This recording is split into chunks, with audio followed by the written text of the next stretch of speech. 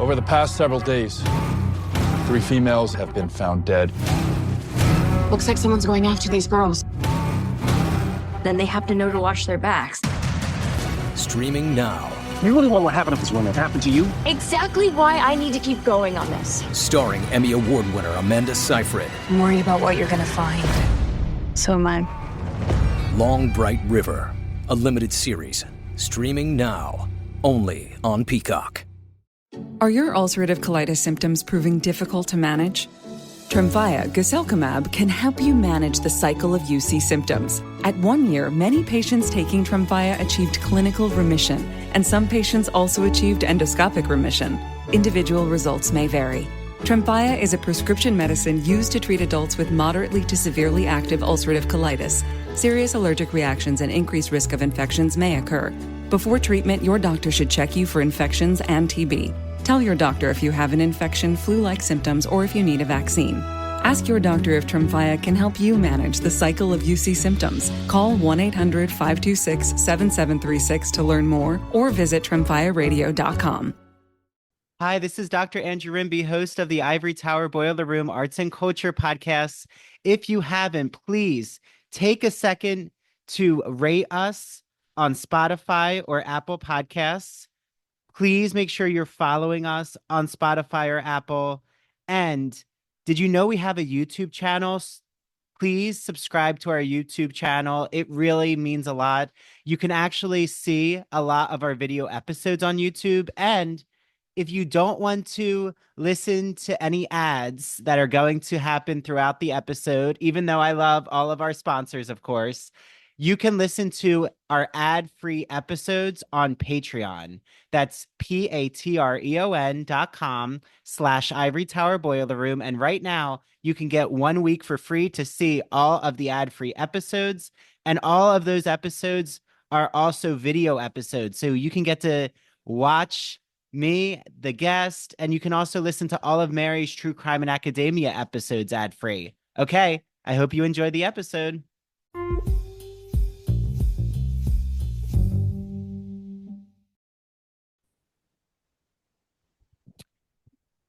Hi, everyone. Welcome back to the Ivory Tower Boiler Room. This is Dr. Andrew Rimby, and I'm so excited because I'm joined with one of the writers from the Gay and Lesbian Review. So today I'm going to profile 3 writers. 2 of them are joining me on Zoom. The other isn't able to, so I'm going to discuss his responses. But the first guest that I have is from the January-February issue, which is called Strange Fruit, and it is an article that is so excitingly titled Bottom Shamed by Mark Twain, written by William Benemann, who, so you all know, is an author who wrote Men in Eden, William Drummond Stewart, and Same-Sex Desire in the Rocky Mountain Fur Trade, and Unruly Desires, American Sailors and Homosexualities in the Age of Sail.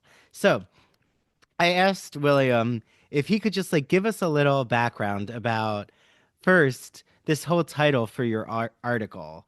Why are you calling it Bottom Shamed? How is Mark Twain involved with bottom shaming? Well, that's a sort of a long story that is basically what the article is about.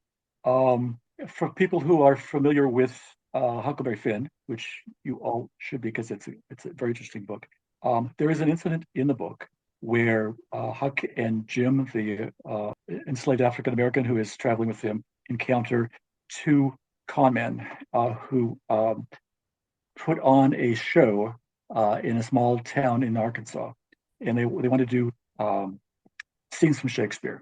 And the town is crowded because there's an evangelical tent meeting in town, but almost nobody comes to the Shakespeare play. So they decided that they need to do something that's a little bit raunchier to get the crowds in. And so they put on this play performance that in the book is called The King's Camelopard or The Royal Nunsuch. And what it is one of the characters, who goes by the name of the King of France, comes out totally nude, his body painted, striped in colors, and he climbs around stage, just crawls around. And the audience is very angry that that's all they're going to see, and they almost have a riot, and the players have to leave town. Well, there's something about that scene that hasn't really worked in the book. It seems to Twain starts to describe the scene, and then Huck, the narrator, pulls back and said, "Oh, it was really wild. I can't really talk more about it." And people have always thought that was very, very strange, because Huck does go on and on in other places in the novel. When Twain's manuscript for Huckleberry Finn was available for scholars to read, they discovered that up until the very last moment, until Twain was working on the galleys for the novel, that play that they performed was called The Burning Shame, and that's all he knew about it. So there's been this scholarly debate about what was The Burning Shame, what was it that Twain decided that he had to censor for the book, and it wasn't until the early 1960s that a literary scholar put forward the idea that what it was a performance where, when the king came out with all of his clothes off, the other performer, the Duke, was supposed to stick a lighted candle up his butt, and then he's supposed to climb around the stage with a lighted candle. The idea being it'd be humorous as the candle burned down and got closer and closer to him. And that play, which is known as the Burning Shame, is what I take the title of the book from. And I look into, first of all, the scholarly debate of identifying what the Royal Nonsuch really was before it was censored, and the sort of history of this whole play that actually has quite a long history of using a candle in this sort of performance. So, William, how long have you been writing for the Gay and Lesbian Review? Well, the first article that I published was in 2021, and I've published about maybe a dozen essays with them, all on the idea of gay men in 19th century America, which is my area. And is that because 19th century literature from a queer perspective, is that something that you studied at university, you taught? Like, how did all of that come to be? Well, it's sort of a long, convoluted story that evolved over time and seemed totally random while it was happening. And now I look back on it, it seems absolutely planned, but it wasn't. Yeah, what is I the story? studied English literature at Berkeley. I did my undergraduate work in English literature. Worked my way through college, working in the university library, and loved my job there. Loved the whole atmosphere of libraries. Decided I wanted to have that as my career. So I went on to go to library school at Berkeley and got a master's in librarianship with a specialty in law libraries. And so most of my career was in law libraries, first at Goldgate University here in San Francisco, and then at Harvard Law. And then I ended my career at Berkeley Law. I was the first archivist for the School of Law at Berkeley. But in between there, for 4 years, 1989 until 1993, I was head of the catalog department for the Bancroft Library at Berkeley, which is the rare book special collections library, sort of the equivalent of the Houghton or the Beinecke. And it's primarily a history collection. And that's what got me interested in history as a topic. Do you want more detail about how that went about, or? No, I think that's helpful. Yeah. So, before we got to, as a reader of your article on the Gay and Lesbian Review, was this the first time you were really looking into Mark Twain, or is Mark Twain like a author that you've always kind of been interested in with his history? No, actually, I came about it by accident. I was doing research for another article that I wrote on a gay couple named Jason Chamberlain and John Chaffee, who were a gay couple from Worcester, Massachusetts, who came to San Francisco for the gold rush in 1849. Didn't strike it rich, but liked the atmosphere, liked the fact that they could be more open here. So they settled in the Bay Area, in the East Bay, in the foothills of Sierra, and they became sort of local celebrities. They were known as the married bachelors. Everybody recognized that they had a special relationship there that was like a marriage. And so I was doing some background research on Chamberlain and Chaffee, doing a JSTOR search, and pulled up an article called Mark Twain's Burning Shame. And I thought that was intriguing. I had no idea what it was about. So I read the article and thought, oh, here's another essay for it that I could write. So I put it on my list of things to write, and it went back to it eventually. before that, I was not really a big fan of Twain at all, but I became more as I was reading for the essay. Mm. So your book, Unruly Desires, like it seems what I love about your article is, you talk a lot about phallic this like phallic narrative of an illustration where in The Adventures of Huckleberry Finn, the artist E.W. Kemble had drawn Uncle Silas standing with his shoulders drawn back, you say, and his pelvic thrust forward, and young Huck Finn is gazing at his crotch, but like that there was actually an even more uncensored erotic illustration that happens in that scene. Like, can you explain how this even came to be? Like, why did an artist decide to draw an erect penis with Huckleberry Finn? Like, to me, it just seems like such a pairing that I would never put together. Like, it's just so out there. So, like, what is the, and Okay, that's well, what your article's the about. artist did not draw it. Mm. Right. Well, that's sort of a side story that I started off with because I think it's a humorous fact that happened in the history of the book. But the artist did not draw the penis. Somebody in the production line who was working with the plates scratched the penis onto the drawing that was already there, and That's it funny. went through the process. No one noticed it. It got bound into the books. 3,000 copies of the book were published and were distributed, pre-publication copies to bookstores, stuff like that, before anyone noticed. Oh my God, Uncle Silas has a penis in this. So they had to pull all those 3,000 books back, slice out the page, put in one that doesn't have the penis on it. But there are a few copies didn't get censored, so they're still out there. And if you go online, there is, I found one illustration for somebody has the uncensored version of it. And I wanted to use it for the article, but it's a very poor reproduction. It really wasn't shown very well. So the illustration that's used for my essay is actually the one that's in the book, that was published in the book after it was cleaned up. Mm. Mm.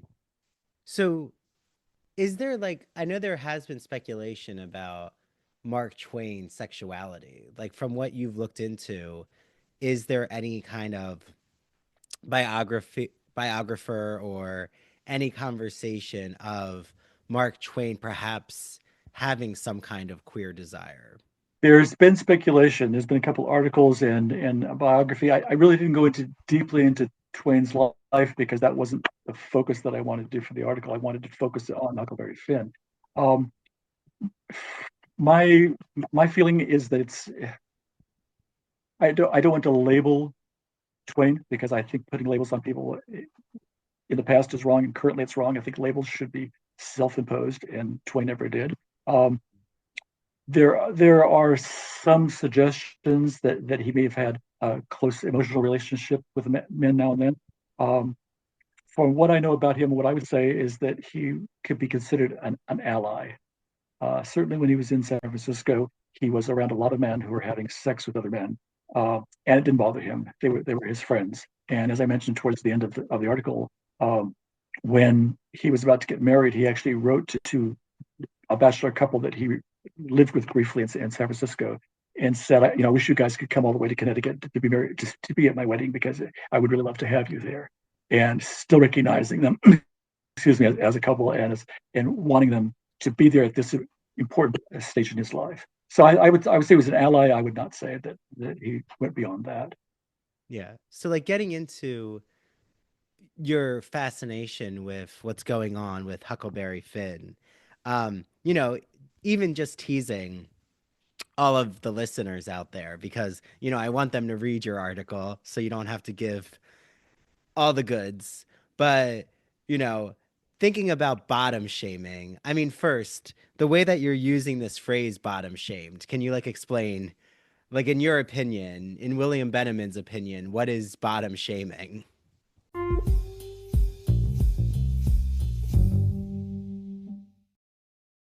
Have you heard me gush and obsess over one of my favorite magazines? It's called the Gay and Lesbian Review, a bi-monthly magazine of history, culture, and politics. Yes, focusing on all things LGBTQ arts and culture. So from reviews like the new Daniel Craig film called Queer, to musicals, theater, TV shows.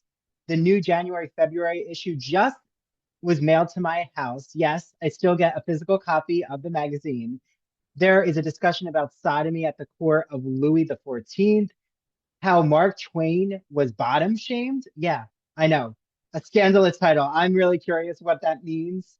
And just so many conversations that will have you doing a Google search to find either the book that's being reviewed, the TV show that's being talked about, the film that's being discussed. I love the Gay and Lesbian review. And they gave us an exclusive code. So all you ITBR listeners, make sure that you write down the code ITBR50. Go to glreview.org and you can get either the digital or print subscription for 50% off. Yes, 50% off. Use that code ITBR50. I hope you enjoy your reading. So you all know that I am such a fan of musical theater and classic movies. So I can't wait for you all to listen to one of my good friends' podcasts. It's called That Old Gay Classic Cinema, hosted by Christian Garcia. It's a podcast that looks at classic cinema films that we know and love. And he was inspired by Turner Classic Movies and The Great Movie Ride. Remember that amazing ride where the Wicked Witch of the West rose up in a burst of flame in Disney? That was one of my favorite rides. I'm so sad it closed. So while looking at classic films, Christian is so excited to look at it with a queer lens. And he brings on friends like myself to talk about all of these films. I was on the first episode when we discussed The Sound of Music. I've been on an episode of Alfred Hitchcock's Vertigo. He just released an episode about the Philadelphia Story. He's done Meet Me in St. Louis, Sweet Charity, Psycho, Mary Poppins, Hello, Dolly. He had on Down the Yellow Brick Road hosts and the Garland Gab hosts to talk about The Wizard of Oz. So make sure that you listen to That Old Gay Classic Cinema on Apple and Spotify, and follow him on TikTok and Instagram at That Old Gay Classic Cinema. Okay, start watching the classic movies and make sure you listen to Christian's podcasts. Does it ever feel like you're a marketing professional just speaking into the void? Well, with LinkedIn ads, you can know you're reaching the right decision makers. You can even target buyers by job title, industry, company, seniority, skills. Wait, did I say job title yet? Get started today and see how you can avoid the void and reach the right buyers with LinkedIn ads. We'll even give you a $100 credit on your next campaign. Get started at linkedin.com/results. Terms and conditions apply. Hi, this is Debbie, your Blinds.com design consultant. Oh, wow. A real person. Yep, I am here to help you with everything from selecting the perfect window treatments to... Well, I've got a complicated project. Oh, not a problem. I can even schedule a professional measure and install. We can also send you samples, fast and free. I just might have to do more. Oh, okay. So the first room we're looking at is for guests. Shop Blinds.com now and save up to 45% site-wide. Blinds.com. Rules and restrictions may apply.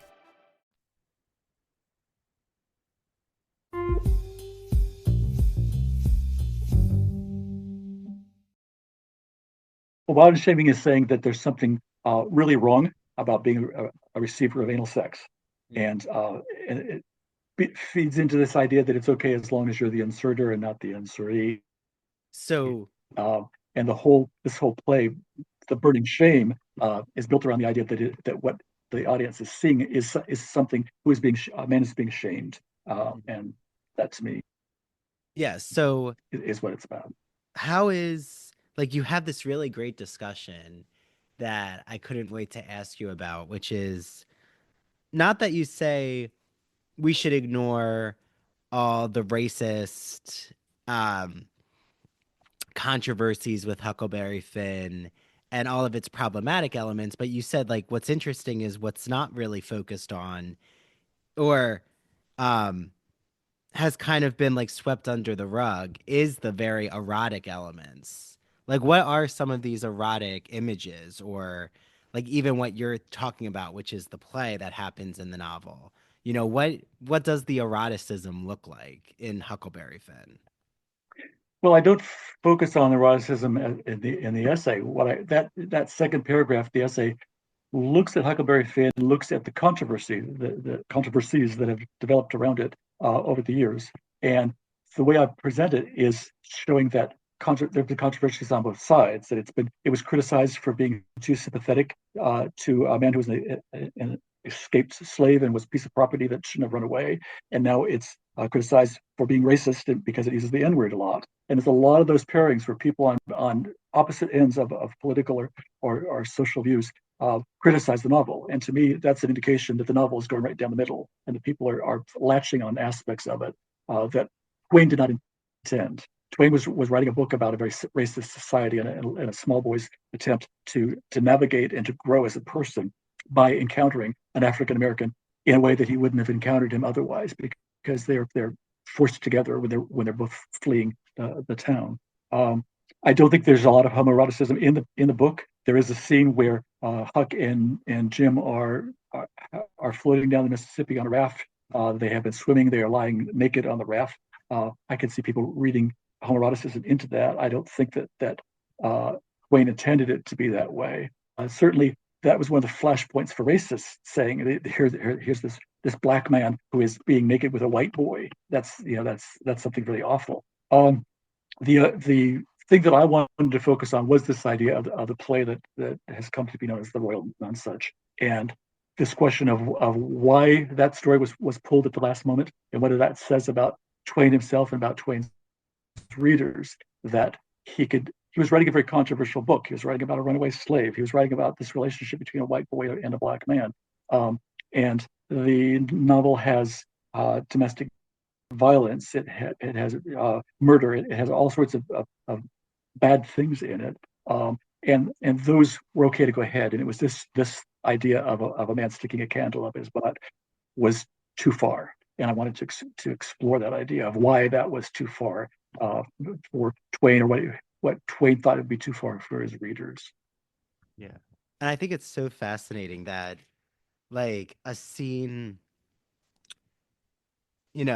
that Twain could even be imagining a scenario like that. Like, do you feel, William, that when people think about 19th century literature in our current day, I think there is this viewpoint, and I just say this as a PhD scholar of 19th century literature, is there's this view that, in the 19th century, people were more prudish or they were more buttoned up. But what you've exposed is no, these kinds of sensational or very, I don't want to say crude because that puts it in a negative light, but erotic, hyper sexualized images did exist. Why do you think maybe the public in our modern day society has these certain views that okay, if we just go to the past in America, they must have been more closed-minded? Is that what you've seen in the literature that you've looked at in the 19th century, or is that an erroneous way of thinking about what's going on? Not really. In the first couple chapters of, I guess it'd be in Unruly Desires, my latest book, I go into this phenomenon that happened in the early 19th century America. In the early years, in the first 2 decades, people were very open to all sorts of sexuality, and it was openly discussed, and it was no big deal. You'll notice that there are very few sodomy prosecutions, although people knew that men were having sex with men. And there was a society change that happened beginning around 1830, in which what we would consider Victorian mores started taking over, and gender roles started calcifying and pulling apart. And it was as a result of that, you started getting things being censored, and people like Twain, who normally felt very comfortable with this kind of stuff, obviously put it in the book to begin with, started thinking, oh wow, this is a little too much. But that was not there early in the century. In Unruly Desires, I begin quoting an actual event that happened with an American naval officer traveling in Paris, and he had to share a bed with a German officer, and the German officer started sexually assaulting him, and they had a big to-do, and he started beating him up, and this showed up in the American officer's memoirs and was printed in the early 19th century. But when the book was reprinted in the early 20th century, that whole incident was taken out of the book without any indication that it had been censored. And that was because it was okay to talk about these things in the beginning of the 19th century. The beginning of the 20th century, it wasn't. And I'm not sure of all the forces that went in play to make that change, but it definitely went through during the 19th century, and that's why the 19th century is one of the areas that is the area that I've been focusing on, because it started off being so liberal, and that got really conservative towards the end. No, thank you for that. I feel like that's really helpful. So, my last question is, did you writing this article, did it lead to any other, has this led you to a new project, or has this, is it going to make its way thinking about Mark Twain bottom shaming? Is this going to lead to another article for the Gay and Lesbian Review, even a book project? Well, not necessarily going on with yeah. What I'm working on currently is gathering together the essays that I've published already in the Gay and Lesbian Review, the 12 or so. I have 3 that were in the hopper already, because I like to write things in advance, so I have a chance to set them aside and come back and do some more research on them. So I have been talking with Richard Snyder, the editor of Gay and Lesbian Review, about publishing a collection of all of these essays. So that's what I'm working on at the moment, and bringing them up to date and putting them in the Gay and Lesbian Review. Because of the format of it, you can add a short bibliography at the end of the essay, but it's more along the lines of read more about it if you want to follow this topic further, but you don't use endnotes. And I figure if I'm doing a book with the essays, I want to have all the things cited, because I think it's incredibly important that I let people from the 19th century say what they said, and you don't hear me saying, well, there was a writer who once said. I try to quote as much as possible, and particularly always when I run across writing that is a direct quote of a gay man, I don't want that voice to be lost. And so I always copy that down and put that in my book, so that voice gets carried on. So that's what I'm going to be working on, and that'll take me through the summer, and I hope that the book will be published in the fall. Oh, wonderful, William. Well, everyone out there too, if you go to glreview.org and you type in William Benemann, Benemann, his last name, you will see all of William's articles. So I love that you could do that on the GL Review's website. So, make sure you read his article from the January-February issue, Bottom Shamed by Mark Twain. And everyone out there who aren't subscribers, you can type in choice as a promo code when you sign up for a digital or print subscription. I love the print subscription. I'm very as a millennial, still old fashioned. I love my print magazines. So they can choose the January-February issue for a free issue. So I'm excited for more to read your article, William, and it was such a pleasure to have you on the podcast. Thank you so much. I've enjoyed it. Thank you. Okay, I hope you have a great day. Bye, William. Thank you. Okay, bye-bye.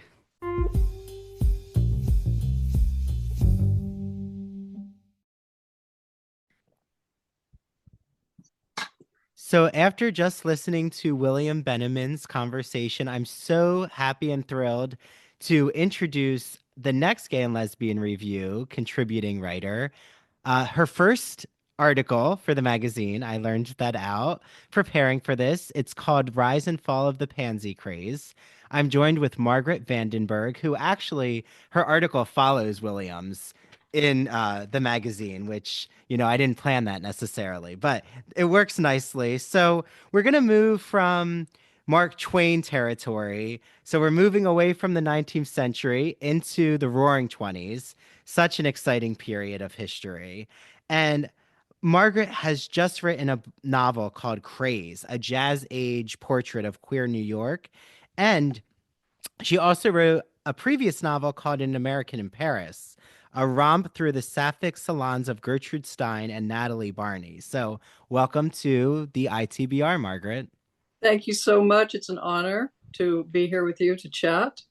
Yes, so I just can't wait for you to talk about even the inspiration for the Roaring Twenties. Like, first, what led you to, okay, I have to look at this period of American history and its queerness? Like, what was that through line for you?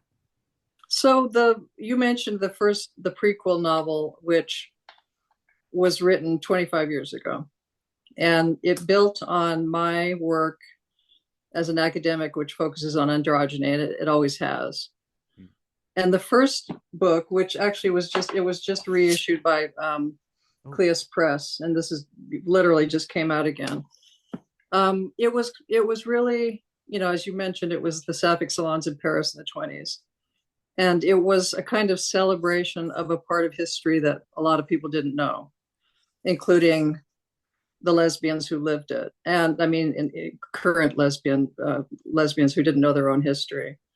That's changing. So the original impetus in some ways was in the rearview mirror. And I knew that I would write a sequel because it ends, An American in Paris ends with the protagonist moving to New York, but I didn't feel compelled to write it, obviously, for 25 years. I wrote other things. Then we had what is happening now, which is that we had a kind of, another renaissance, another, queer renaissance, followed by another backlash. And then, because I like to write about things that I think are problematic and, pressing and even urgent, then I thought, now I have to write it because we're at this crossroads, presumably, where we've had this wonderful 20 years, and now we're at a crucial sort of inflection point where we don't know what's going to happen next.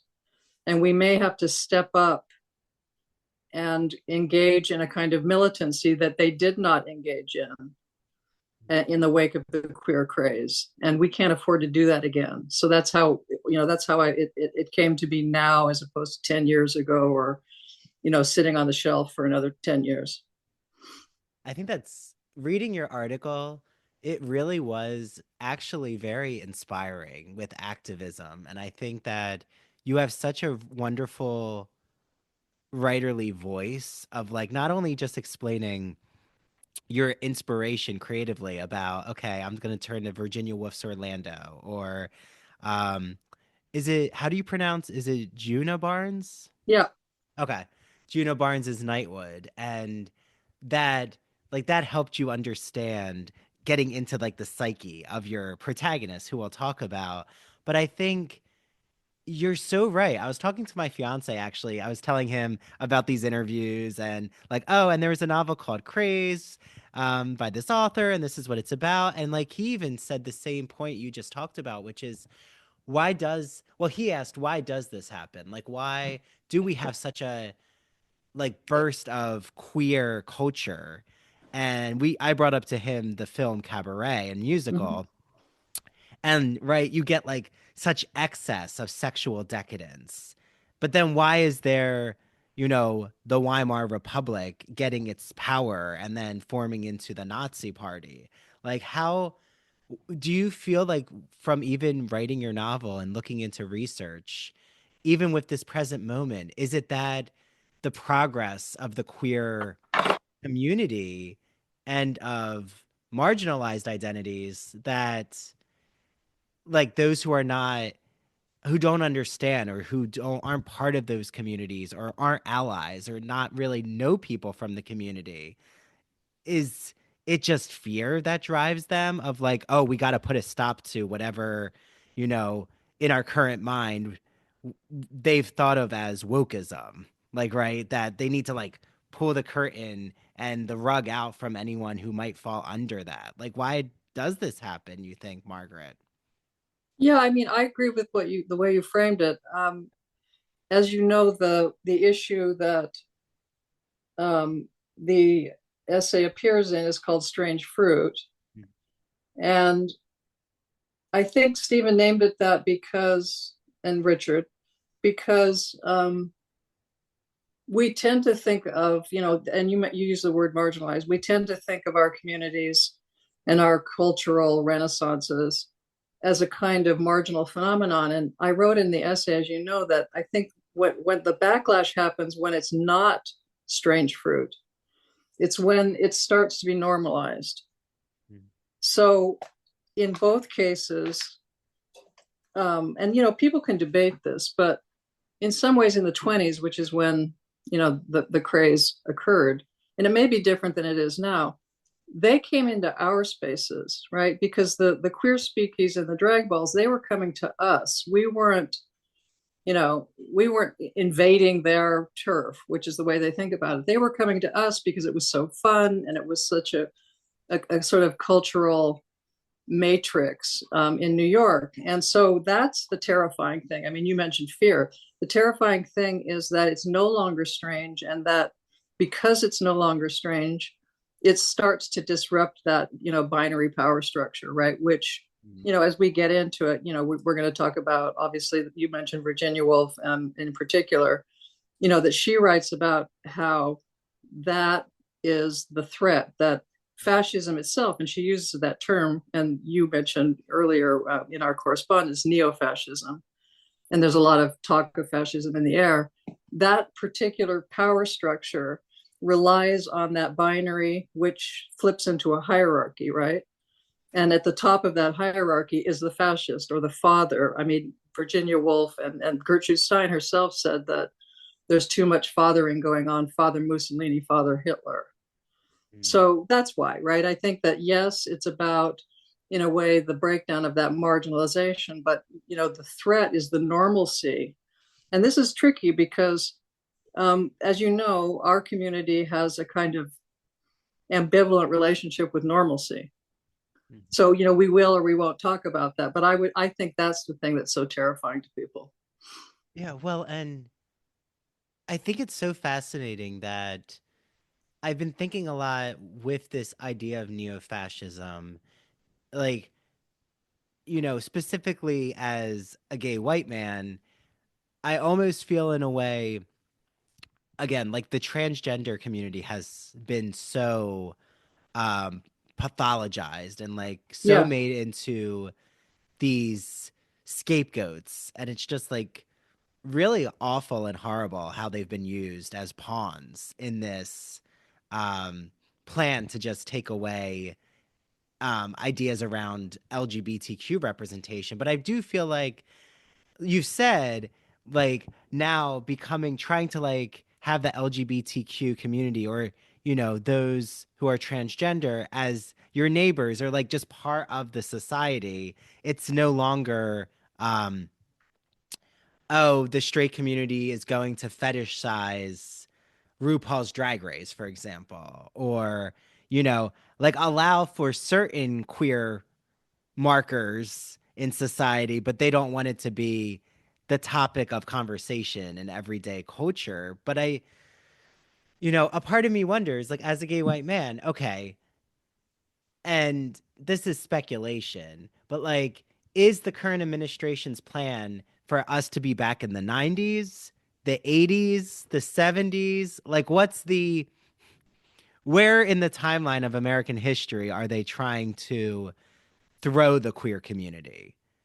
Like, or is it they just want to censor the queer community and scare them from even, like you've said, the need to speak out and like demand, that they're not going away? Like, it's such a hard, and I don't know if we have an answer, but like, I'm just curious of your thoughts, Margaret. Like, where do you think they're trying this administration? Like, where are they trying to place the LGBTQ community?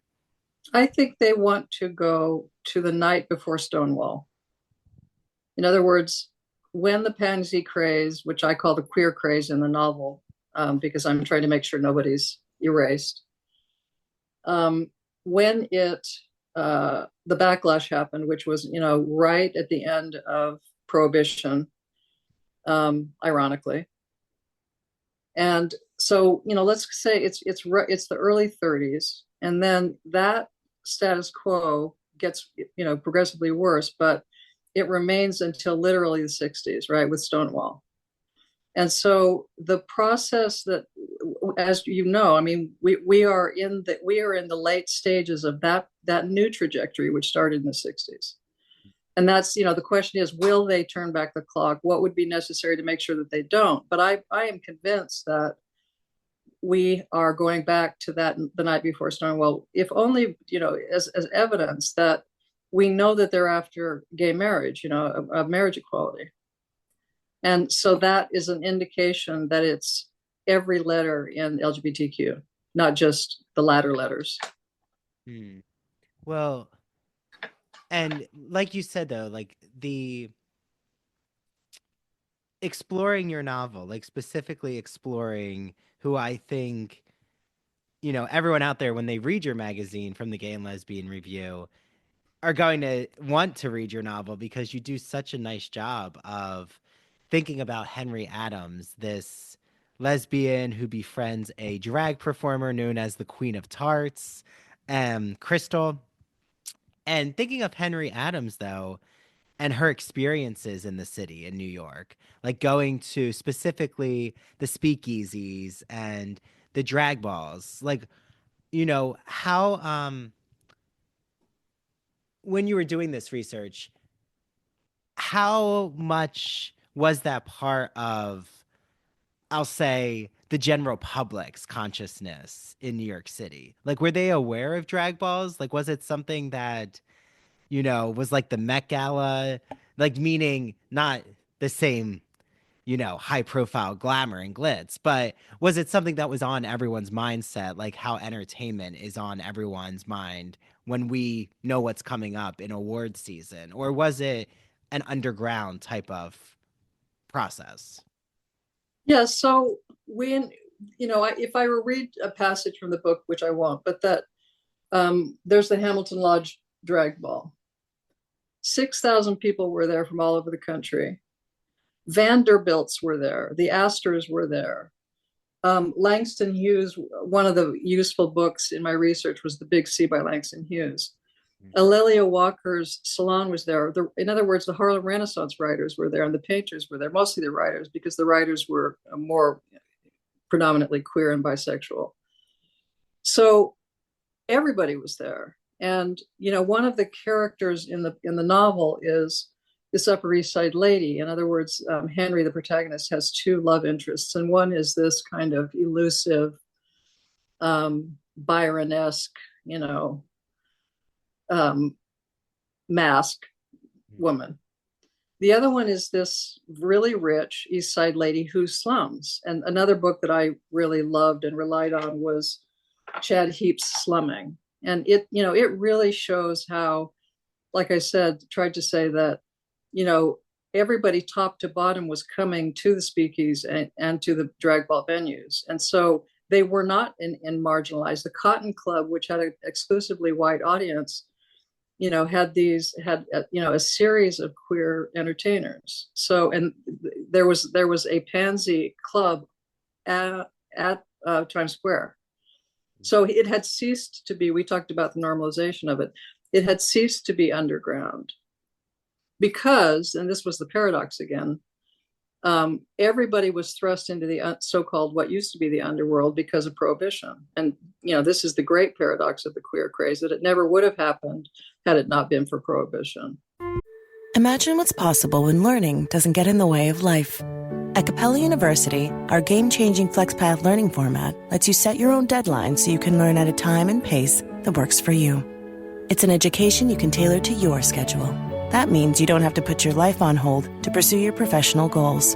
Instead, enjoy learning your way and earn your degree without missing a beat. A different future is closer than you think with Capella University. Learn more at capella.edu. This episode is brought to you by Progressive Insurance. Do you ever find yourself playing the budgeting game? Well, with the Name Your Price tool from Progressive, you can find options that fit your budget and potentially lower your bills. Try it at Progressive.com. Progressive Casualty Insurance Company and Affiliates. Price and coverage match limited by state law. Not available in all states.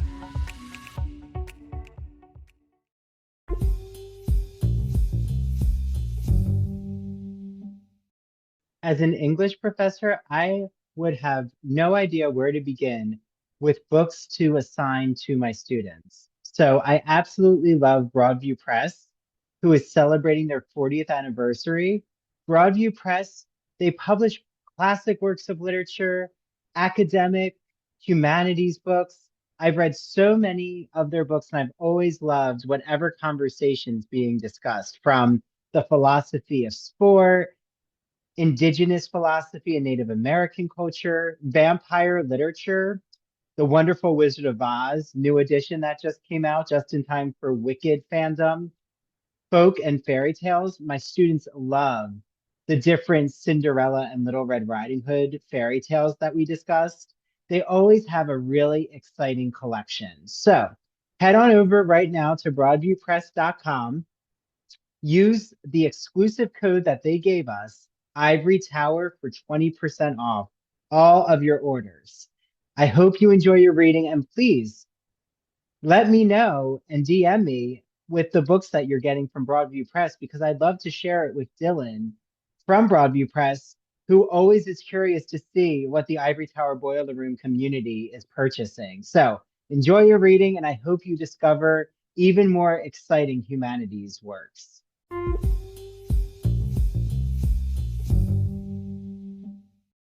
Do you feel that writing this novel, did it help you understand like how we meet this current moment, how we're going to show up as a queer community? Like, what lessons did it teach you about, even maybe if it's like the call that you're taking right now of being present in this moment? Like, how can we try to find some inspiration from a backlash, right? Something that can be so eerie, so McCarthyist, very like fellow travelers, like thinking of even Angels in America, where like you could be fired if you came out at work, like not trying to put ourselves in the mindset of thinking that this government is going to win, like that they've already taken our rights away. Because I do think like there's this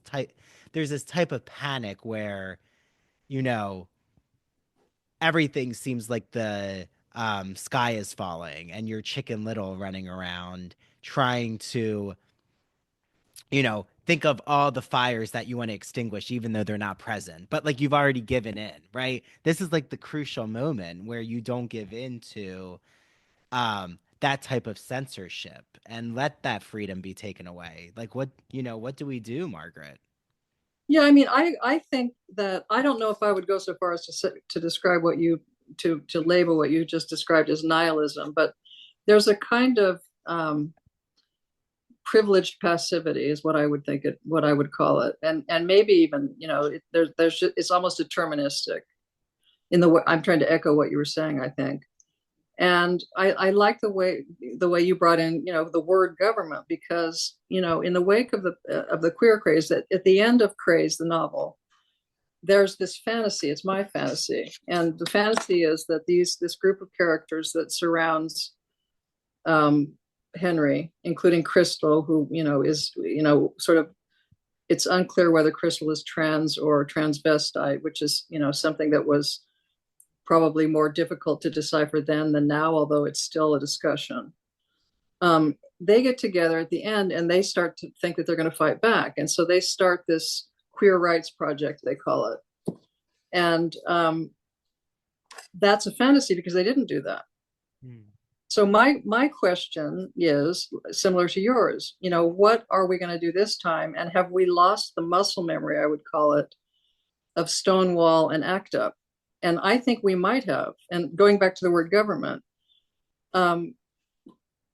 we can't rely on government, I don't think. And, you know, there's a kind of, you probably know this, there was a drag pack that supported the Democratic ticket in the last election.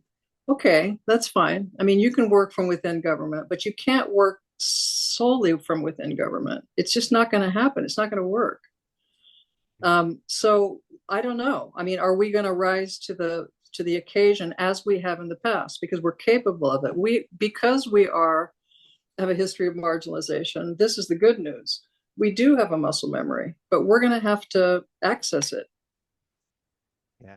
And like that's where I feel art is so powerful. Theater, film, TV, but specifically theater, literature, like those that don't have as much gatekeeping to be performed and for you to get that word out there. You know, how's Hollywood going to respond to this? Who knows? Hollywood has such a vexed history with the LGBTQ community. But yeah, right, when it comes to theater, like thinking of Angels in America or thinking of Larry Kramer's The Normal Heart, you know, there was such pivotal pieces that came from literature and theater during these tense times. So, you know, I agree. I feel like, yeah, thinking about the muscle memory we need to remember. Like, I remember watching protests of ACT UP, like, you know, at the, I guess it was at the Capitol, but where they were even protesting Fauci and protesting. That's right. Yeah. Yeah. And protesting, you know, like even going into the church to disturb the church to like say, hey, we got to do something. There's bodies that are piling up and no one cares. And I do think to think that the government has our best interests as an LGBTQ community is so Pollyanna. Like, they don't have the best interest. I mean, maybe they've convinced us because of tokenism of like, oh, we have some in the LGBTQ community in government, but does that necessarily mean that even those representatives have the voice of the government? It doesn't, that's not who holds the power. You used the word pawn before, and now and then I'm going to put that with tokenism, meaning that's how I feel a lot of times about the Democratic Party's relationship with our community. Mm-hmm. It's like there's a lot of yip yapping going on, and there's a lot of moving pawns around. You mentioned in particular the transgender community, and we don't need to be moved around. You know, I sort of feel like we're their poster girls and boys. I don't want to be their poster girls and boys. So, you know, and then to come back to what you said about Fauci, that seems to me to be the necessary strategy, because as you intimated, ACT UP had a profound effect on Fauci's approach to the AIDS epidemic and the way in which he loosened medication access because of their pressure. I think that's right. I think that militancy had a massive effect on politics rather than the other way around. Yeah. And I do think that the younger generations, like there's almost been lessons of being afraid of protesting, or like you even said, like this passive privilege, or even like acquiescing to leaders. Like, no, they'll figure it out. We don't need to be involved. But you're right. Like, remembering the power that we as a people have, you know, to protest, to revolt if things are unequal, that like that is part of our Constitution. You know, still is part, right? We don't want to lose that. I mean, maybe some do, and that, you know, is a side I don't agree with. But I think that if we want to preserve, like if we want to keep our keep a democratic spirit and urge for even more democratic policies, because right, I think that's the whole other issue is we don't have a representative democracy. Like, are we going to further allow for these restrictions to take place? But that's where I feel like your novel and what you wrote about, thinking about the Pansy Craze and then the backlash, that these are lessons we need to know, like, and we need to realize that just because they're in the past doesn't mean it can't be repeated. Or even, I think sometimes I was saying this to William, Margaret, like, and I'm curious of your take as we like wrap up. This has been so illuminating, but is so many people, I feel, when you talk about the past, like you talk about the Roaring 20s, they're like, oh, they were more conservative minded, or they were buttoned up, or they were more prudish. Like, we've become so much more evolved. And it's like, is that really true? Like, were they not as open-minded in certain regards? Like, how do you feel about that when people think about past history? They usually like to see things through a progress narrative. Like, is that always the case?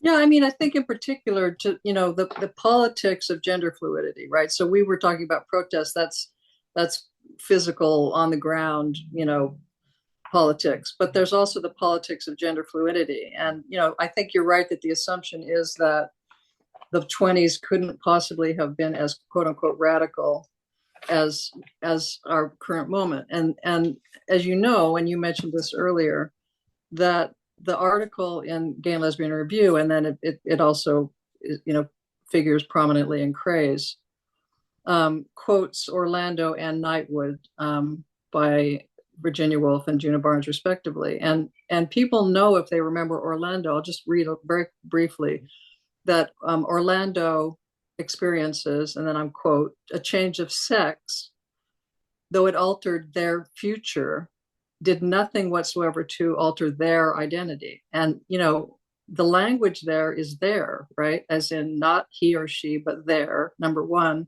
And number two, it's this deep inquiry into the extent to which this, the way that somebody presents does or doesn't reflect who they are, right? And I could go on, but the point is that the language was already there. The understanding of the complexities and the various forms of gender fluidity were already there. And there are ways in which I sometimes wonder whether the 1920s were more radical than now, and that we have to look back carefully, or if it's not even looking back, maybe look forward, because there's no need to reinvent the wheel, right? That we have to somehow coalesce around, it's almost like gender best practices, and get over this sort of progressive idea of gender. Yeah. And I also do feel like the biggest obstacle or hurdle, I can just talk from like someone who grew up with social media, but I do feel like social media has become such a tricky force because it gets the word out there. But I do think some people think that just posting on social media counts as activism. But you just, again, not saying it's not important to share resources. Of course it is. Or like to talk about a march that's going to happen, or like, pressuring your legislators. Yes, all of that's great. But you just voicing a critique you have out there on social media, and trying to, even if it's like react in real time to every illogical, chaotic policy that has been passed, isn't exact. That's like not forming a coalescing, a coalition. What am I trying to say? A coalition of activism. It's not bringing people together. It's just griping, right? Yeah, so I think yeah. even for us to understand how to best use social media to get people out there, like to physically have change of activist spirit, is I think another hurdle that needs to be addressed, because I think maybe that's also really changed the landscape of demonstrating. Is now we have a cell phone in our hands that constantly so many are addicted to. Yeah, I mean, it could definitely work in both ways. We can use it to advantage, but it has always been the case. I don't like it, but it's true, that in order for protests to be effective, you have to have skin in the game. Yes. So we can get the bodies out there with social media, as you said, and that's great. But we need to put our bodies on the line if necessary. We don't know if it's necessary yet, but if it is, we have to be willing to do that, because again, why did the civil rights movement work? Why did Stonewall work? People had skin in the game. Mm-hmm. Exactly. Well, and we're talking about bodies, right? Anyway, this is about bodies. Yes. Yeah. And, it has to be, like you said, a joint effort. And I think something that,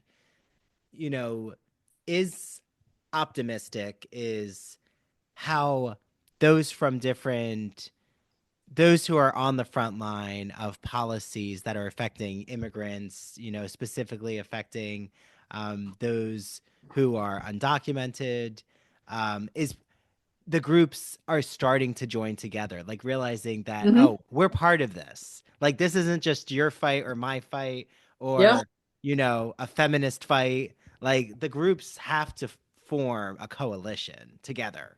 Like, I don't think anymore there can be just, you know, singular identity types of activism, because it's not working that way.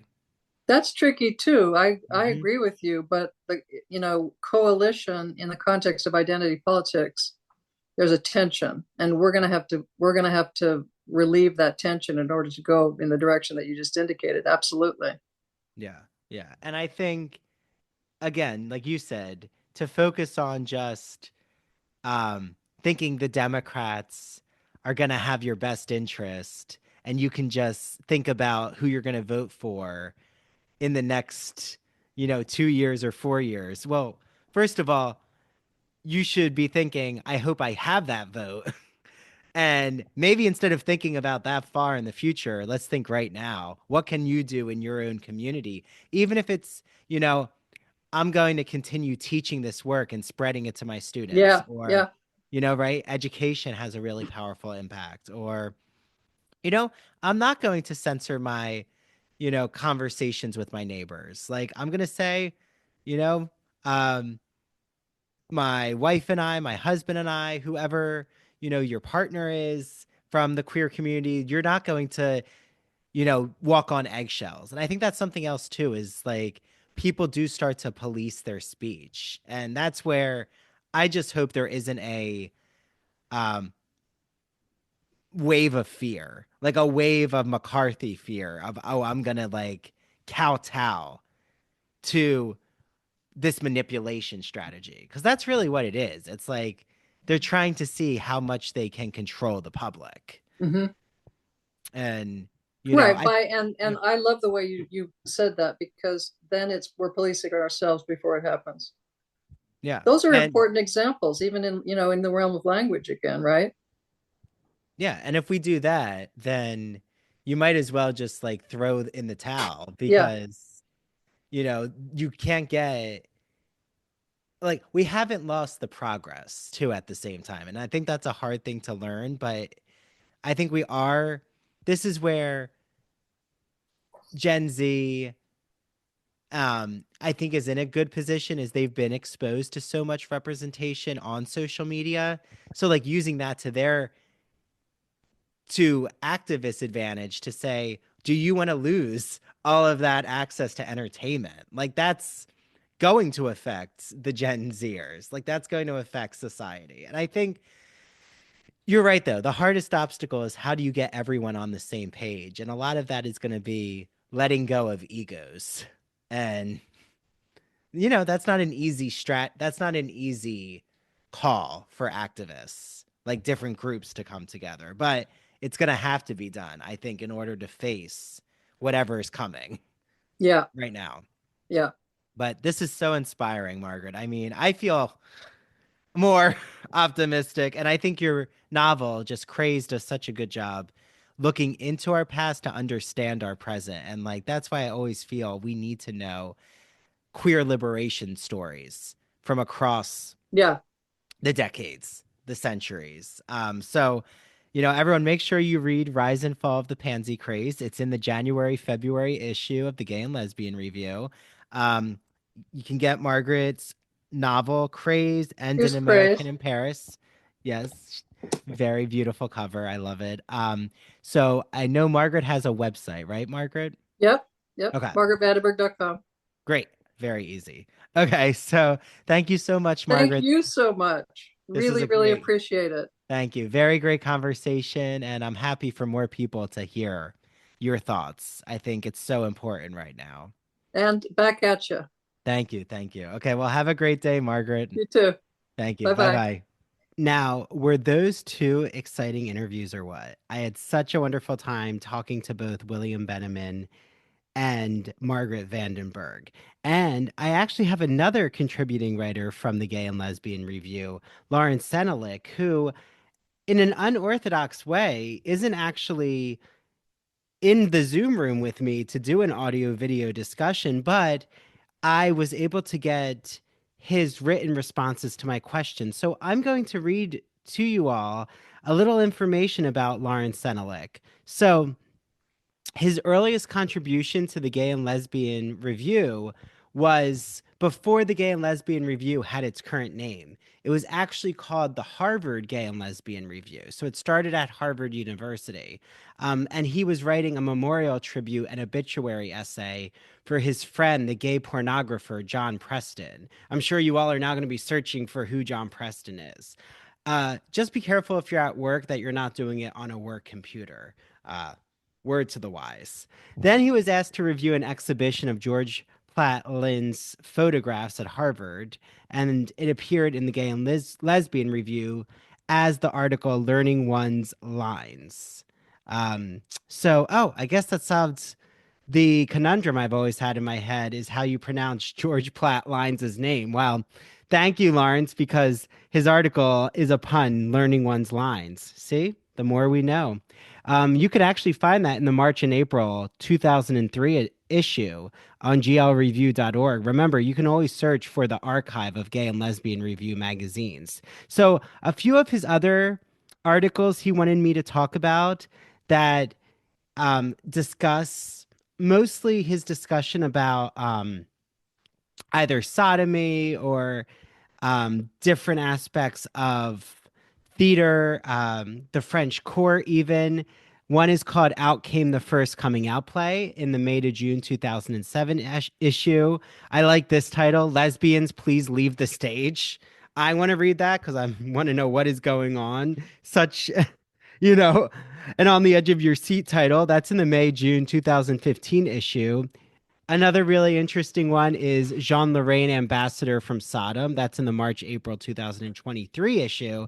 And then the one that he just did in the January-February issue is called Sodomy at the Court of Louis XIV.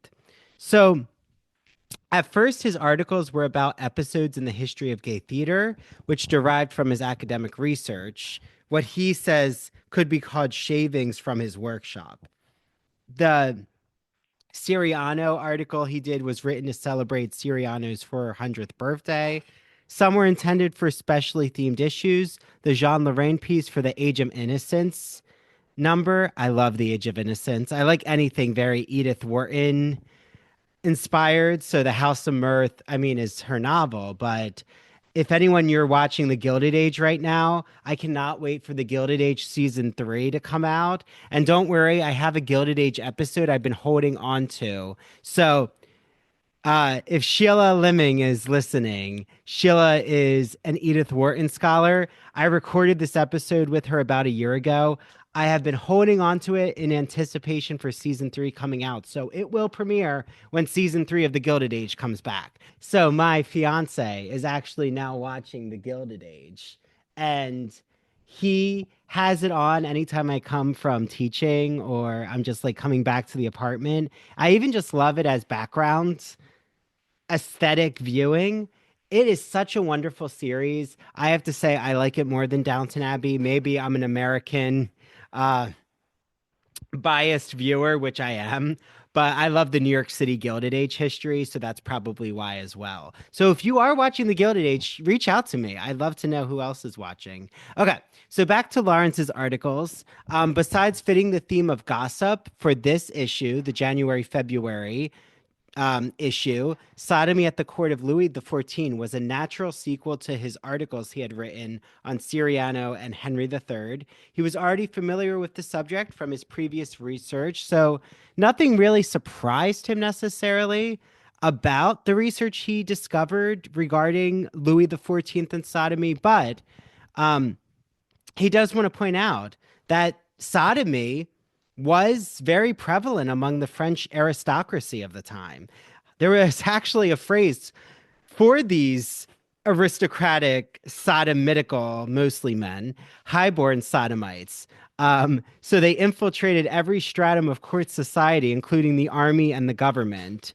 So, the ill-defined term sodomy was categorized as both a sin and a crime. If you don't know, sodomy is just basically any sexual activity that doesn't result in procreation. A lot of it, pleasurable sex. It could be sex between men and women, but it has to be, right, pleasurable. 69ing, that falls under sodomy. Not that I know that about between men and women. I don't. But I know other kinds of 69ing between men and men. But any sexual activity between a same-sex couple, a lot of the French aristocrats who were men at the time, who were having pleasurable sex with each other, they could have been punished by the court. So they could have even been burned at the stake, Laurence says. Wow. Whew.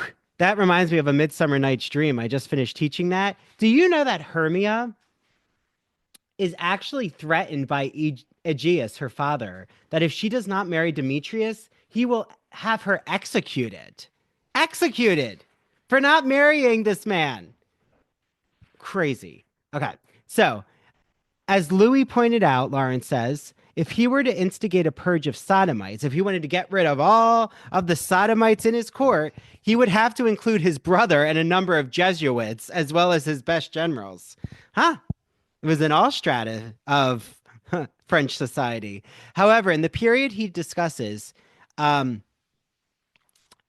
Louis had come under the influence of Mademoiselle de Montaignan. I don't know if I pronounced that right. My French is not the best, so if I did pronounce that wrong, forgive me. And the circle of devotees, an ostentatiously pious Catholic sect, whom Molière makes fun of in his play Tartuffe. So faced with the outrageous behavior of a number of young noblemen, the king felt it necessary to clamp down on so-called sodomitical activity, but only through a royal fiat, not by going to law. Okay, so one of the reasons he really enjoys writing for the Gay and Lesbian Review is its refreshing difference from academic publishing. He doesn't have to supply footnotes. There's no elaborate and time-consuming vetting process. One can write accessible prose. And that's also why I love the Gay and Lesbian Review. Sorry, Laurence, not to just insert my own perspective here, but it really is. The Gay and Lesbian Review is an incredible magazine that talks all about not only classic and emerging and exciting LGBT literature, but also TV shows, film, theater, pop culture. It mixes high and lowbrow LGBT art and provides a platform for us to have a conversation. So I just really want to echo what Laurence you've written. He loves addressing a wider and more varied readership, introducing his material that he's writing about to those who probably wouldn't know about, say, Louis XIV and all these French aristocratic sodomites. Some of his articles were spin-offs from his books. His books include Lovesick, Modernist Plays of Same-Sex Love, and The Changing Room, Sex, Drag, and Theater. At the present time and at his age, he's not contemplating any long-term projects, but he does have an unfinished work on the popular imagery of homosexuals in the 19th and early 20th century. I would love to see that, Laurence. So if you're listening, I'd love for you to send some of what you have to me. Since it requires a considerable number of illustrations, he doubts if it will easily find a publisher. Yeah, if you're listening right now and you don't know, getting an academic book published with a lot of illustrations requires an immense amount of copyright. And a lot of academic presses don't want to publish it because their budget is already so small that they don't have the budget for illustrations. But Laurence, you might want to see if a popular press might want to publish your book. Definitely, there's some great presses I can think of. Okay, so he's saying some of those bits from the unpublished work hopefully may find their way into future Gay and Lesbian Review magazines. So I'm excited for that. So there's another one of the contributing writers, Laurence Senelick. And I really hope that those of you listening make sure you go to glreview.org right now. Hopefully during this recording, you've been looking them up. Their current issue is the March and April issue. It's called Origins.